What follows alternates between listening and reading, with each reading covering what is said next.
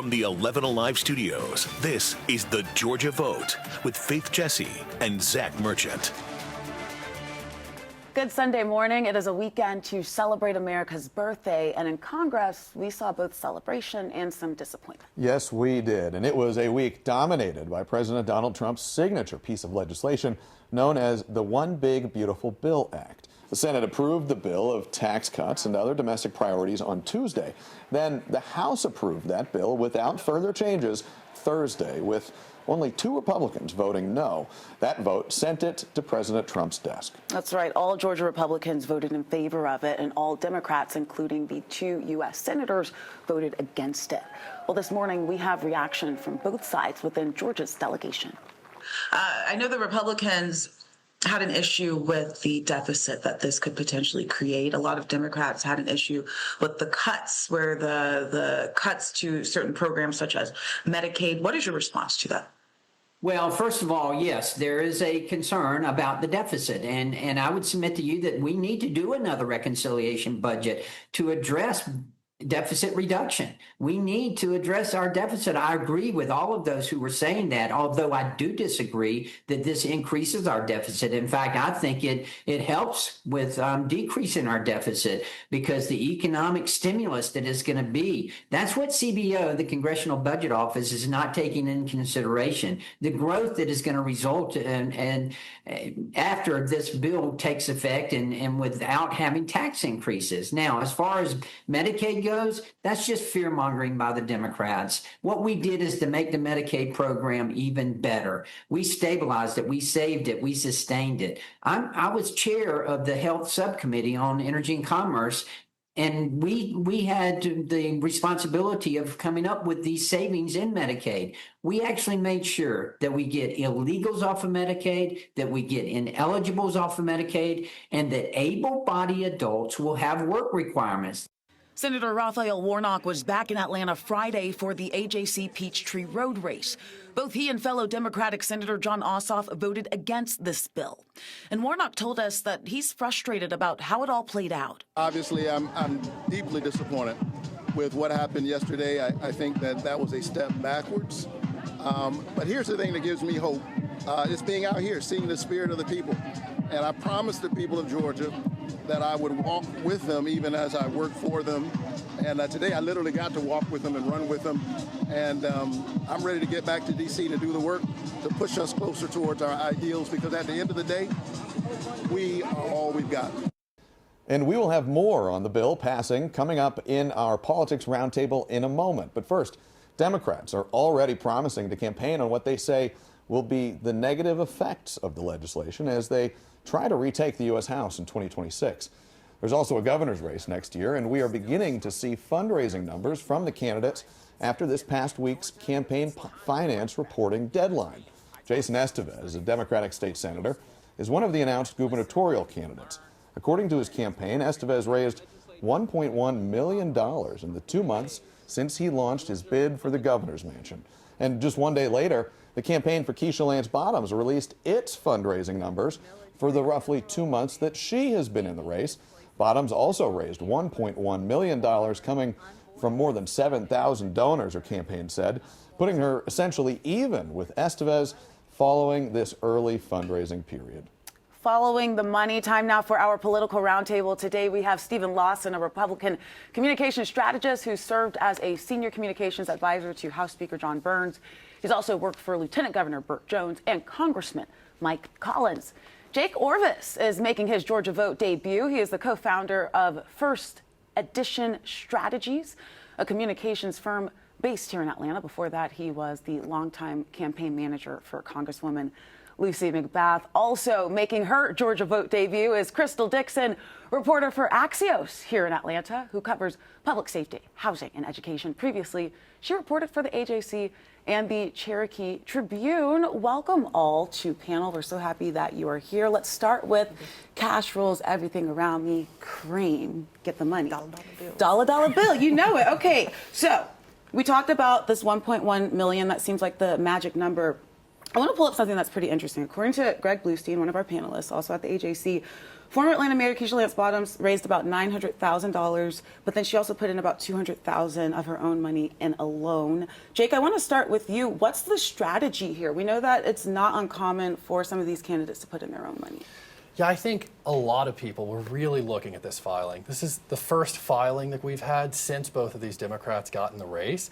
There's a lot of attention on this. So I think a lot of the strategy behind making sure those numbers are even is just putting your best foot forward, and donors, national donors, Georgia donors, a lot of people are looking at these numbers. Stephen, there are a lot of announced candidates who are in these races for governor, lieutenant governor, attorney general, and the federal races too. There are a lot of people who are still on the sidelines, maybe mulling entering these races. For those folks, what are they looking for as these campaign finance reports come out? Yeah, I mean, first of all, on the two Democrat candidates, I think those were both strong numbers for them coming out of the gate. I think to Jake's point, there were a lot of eyes on them. I will say two things. One, as you alluded to, current Lieutenant Governor Burt Jones, we presume he will be announcing his candidacy within the next couple weeks. I expect both he and Chris Carr to have numbers that both dwarf these $1.1 million. So that's an interesting development. The other thing that I think is this big looming cloud for the Democrats in this race: what does Stacey Abrams do? Yeah. I think until that question is answered, there's going to be a lot of freezing of dollars for these candidates that are looking. Crystal, I see you shaking Yeah, your head. I was going to mention that, Keisha Lance Bottoms does have the name recognition, but she doesn't, I don't think, maybe have the name recognition across the state like Stacey Abrams does. So I think it'll be really interesting to see if Stacey Abrams decides to jump into the race, what that would do to the fundraising dollars those donors may have given Estevez or Keisha Lance Bottoms. That is going to be really interesting because, yes. as we know, she is a fundraising machine. Yes. Shall we switch gears here Yeah, I think to we should. one of the really big news stories, the big, beautiful bill? It has passed by the date that the president wanted, that July 4th deadline. Your initial thoughts, Stephen, let's start with you. Yeah, big win for the president. Obviously, I think it's a big win for the American people. There are a number of messaging opportunities and great policies in here. We talk about the largest tax cut in American history, no taxes on tips, no taxes on overtime. There's funding for border security. There's funding for national defense.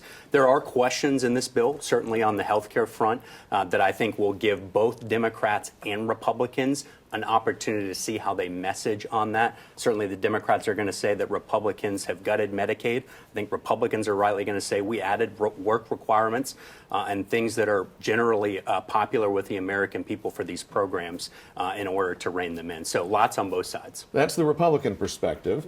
From a Democrat's perspective, Jake, what's your takeaway as you see this bill has now passed? Well, first off, Democrats in competitive districts throughout the country are already starting to campaign on this bill.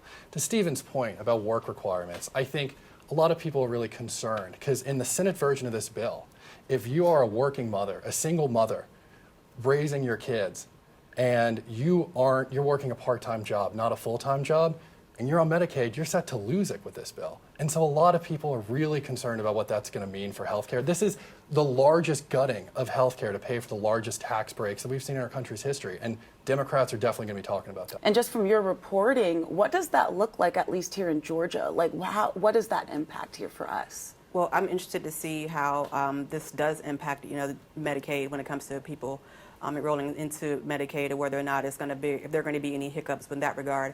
I'm also interested, as a journalist perspective, to see how both parties are going to message, what was in this legislation and what it does and what it doesn't. And I'm really interested to see what people sort of take away from that. Yeah.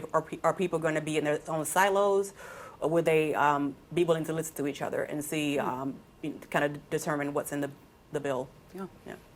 Yet to be seen. Yes, Yep. And the good news is we can keep talking about it. The panel and the Georgia vote will be right back after this. A little more than 3 years ago, a majority of the justices on the Supreme Court overturned the landmark Roe v. Wade decision with their ruling in the Dobbs case. Here in Georgia, that decision opened the door to a Republican-backed law known as the Life Act that is often referred to as the heartbeat bill because it bans most abortions after a fetal heartbeat is detected. We sit down with one of its primary sponsors, Republican State Senator Ed Setzler, in this week's Sunday Conversation. Under Georgia's heartbeat bill, most abortions after about 6 weeks of pregnancy are not legal. Correct. What do you say to people who look at that and think that that deadline, that timeline is just too restrictive. You have a life that has a likelihood of being carried through, and that has, again, you have a circulatory system that's starting, you've got a heartbeat, you have other markers of life that make sense to folks and that are very meaningful medically and are meaningful in other settings as being an important marker of life. We felt like, as we're trying to wrestle with what's the right balance in this, we felt like the heartbeat was medically, scientifically, and from the perspective of common sense, just a good place to try to draw that line, to strike the balance. We know that life begins at conception. I mean, we know that a life is a living, distinct, whole human life beginning at conception. You said you believe life begins at conception. Obviously, the heartbeat bill sets this line at about 6 weeks of pregnancy. But if life begins at conception, do you think all abortions in all cases should be illegal? Well, we recognize that a living, distinct life at earliest development is worthy of protection. And I think the day will come where, as people wake up and realize what science tells us, I think there's going to be a consensus to move in the direction of all abortions being not legal. Is that what you'd like to see? I think that's the direction our culture is going. I've been very clear. I believe all abortions are wrong, but with a Life Act, we're not trying to impose Ed Setzler's view of the issue. I believe all abortions are wrong, but if we try to strike the balance, we try to strike this balance, we recognize these difficult circumstances women find themselves in. One of the key tenets of conservatism is small government, limited government, allowing people broad freedoms to make their own decisions, particularly about big moments in their life. How do you square that with the heartbeat bill that substantially restricts a woman's ability to make a major medical and moral decision for herself? Conservatives recognize the job of government is to preserve liberty, preserve human rights. The first thing a government's job to do is to preserve human rights. And the issue of preserving the sanctity of human life is job one. As our Declaration of Independence says, we hold these truths to be self-evident, and it goes on, and among these are life, liberty, and the pursuit of happiness. That the preservation of life is the basic function of government. And preserving the human rights of the living, distinct human child is a higher order issue than saying you get to do what you want in a free society. We're balancing these. We have to balance these different interests. But the preservation of life and human rights is really the first rule of government, and conservatives don't lose sight of that. You just heard a Republican perspective. Next week, we sit down with Democratic State Senator Sally Harrell, who has a different view. And of course, our full extended interview with the senator is available on 11 Alive Plus. You can download it to your device, absolutely, positively free. We are back now with our roundtable, our political roundtable. Guys, we just watched this interview. Jake, I want to start with you. The issue of reproductive rights. How central do you think it will be for Democrats as we move into this 2026 campaign season? Incredibly central. I mean, reproductive rights defined the elections in 2020, in 2022, 2024, and Democrats were winning those elections. Democrats will make these elections about this important issue, and I think we're going to see them win again.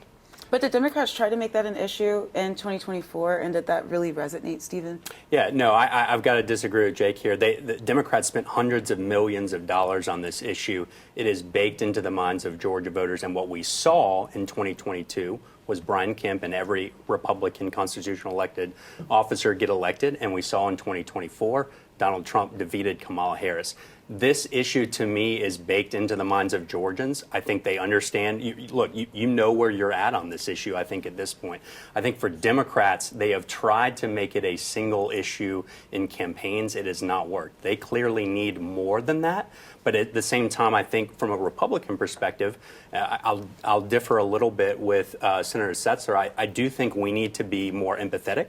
We need to understand that this is not an issue that women take lightly. And that we need to explore alternative solutions in terms of foster care and other resources for women. We have seen a lot of messaging and a lot of advertising from Democratic candidates about reproductive rights. And in 2024, at least in the presidential election, it was not enough to tip the scales. How did Democrats navigate that? I mean, just to be clear, this state has 2 Democratic senators for the first time in how long? Partially because they were campaigning on reproductive rights and talking about that. These issues resonate. People, voters all across the state, women, don't want to have people like Ed Setzler telling them what they can and cannot do with their bodies. As a woman, you're speaking to women out there, you're a reporter. What is the feel from women on this issue? Well, I think most people are, a little, I don't want to say hesitant, but they're a little, cautious about the legislation. And particularly now we have the case of Adriana Smith, I believe her name is, the woman who was brain dead and pregnant and was hooked up to, I guess, a life support machine at Emory Hospital. And they had to, I guess, deliver her baby by a cesarean section. I think those kind of stories sort of sit with people and make people sort of think, well, is that a consequence of this legislation, or is this, something that's totally different? And I think, going into, the midterms next year, voters are going to be, thinking about that issue. Let's talk specifically about Georgia impacts of this recently passed Big Beautiful Bill.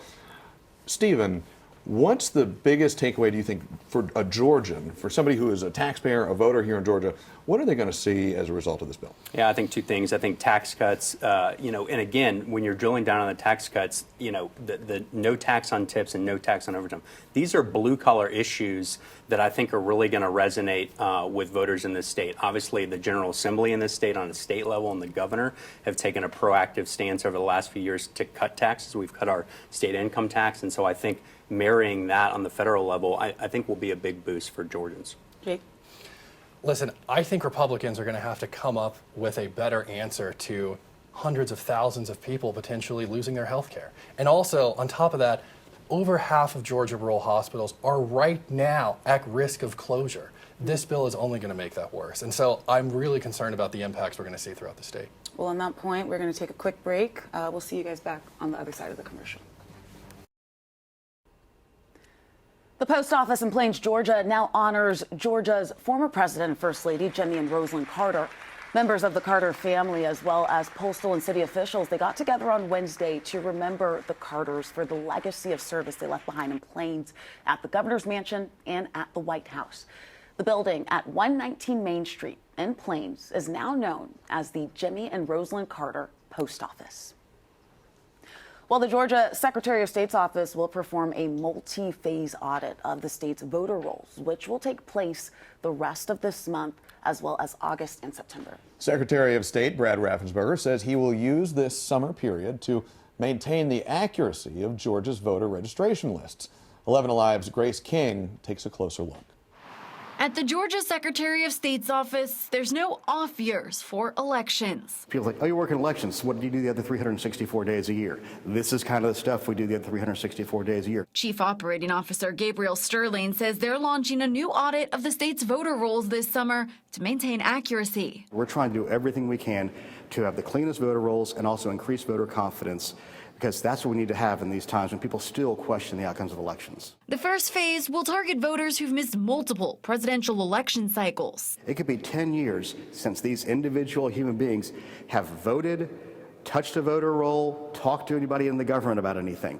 So we are 99.9% sure they are no longer here. Georgia Democratic Party Chair Charles Bailey worries some of the voters who could be affected are still here. What we have a problem with is this use it or lose it policy, bureaucratic policy, to remove people that have not died and they have not moved. He says this process threatens to take away a fundamental right. I think that's outrageous, and it's typical bureaucratic stuff, not focused on the well-being of Georgians. If you're worried you may have missed one of those notices, you can check your registration anytime on the Secretary of State's website. If your status shows as inactive, you can simply check a box to let them know you're still here.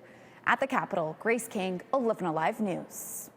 Hey, straight ahead, our voice of the voter knows a thing or two about lighting up the night sky, but with nearly all of his product imported from China, we take a look at how his business is doing in a time of tariff uncertainty. Well, this week, business was quite literally booming for our voice of the voter. Greg Cook, he's the owner of Sky King Fireworks in Smyrna. And while the 4th has come and gone, his shop stays open all year round. But all of his fireworks are imported from China.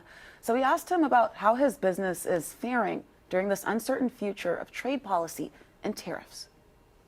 Okay, so I am in the market for some fireworks. Yes, absolutely. So what should I get? Yeah, so you've made it to the side of the store with all the big stuff here. So on this side of the store, we have artillery shells. These you load into a tube, you light it, launch it, they blow up in the air. You get nice big bursts of color, different effects, much like you'd see at kind of a professional show. So let's get one of these. No problem, we'll throw that in the cart there. Yeah. What you have here is pound for pound some of the biggest single shots you can shoot. Yeah, you can't leave without sparklers. We carry all different kinds of sparklers. Really, it's a size thing, so we have That thing is huge. That's the largest sparkler we carry. I'll take one of those. Take one of those for sure. So these are little novelty missile items. You set them on the ground, you light the fuse, and these things will launch very high in the air. The little zipper things, they spin around and they zip up into the air. Yeah, so we keep it very simple here. You don't have to have a lot of knowledge about fireworks, so when you come in, we can be your personal shoppers. So a lot of people like the aerial stuff. I'm Greg Cook, and I'm the owner of Sky King Fireworks. We've been here since 2015, so when Georgia passed the law to have fireworks in the state of Georgia, we came down here. So how has business been for you guys? Yeah, so we stay open year-round, so unlike a lot of other places, they close up. We're here year-round for all your events or whatever needs you may have for celebrations. Where exactly are the fireworks coming from? Sure. So our inventory is imported from China.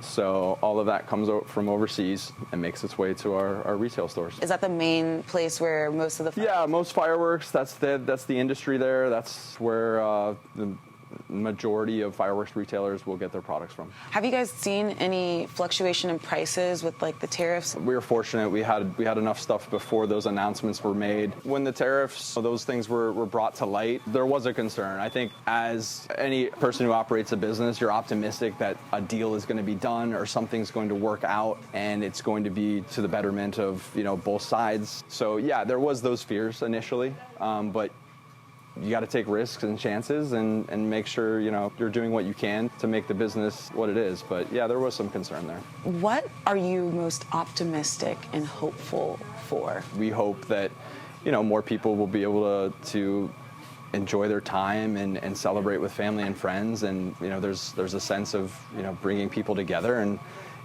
having those celebrations and having a positive, fun outcome and a lot of memories. Thanks for shopping with us. Happy 4th of July.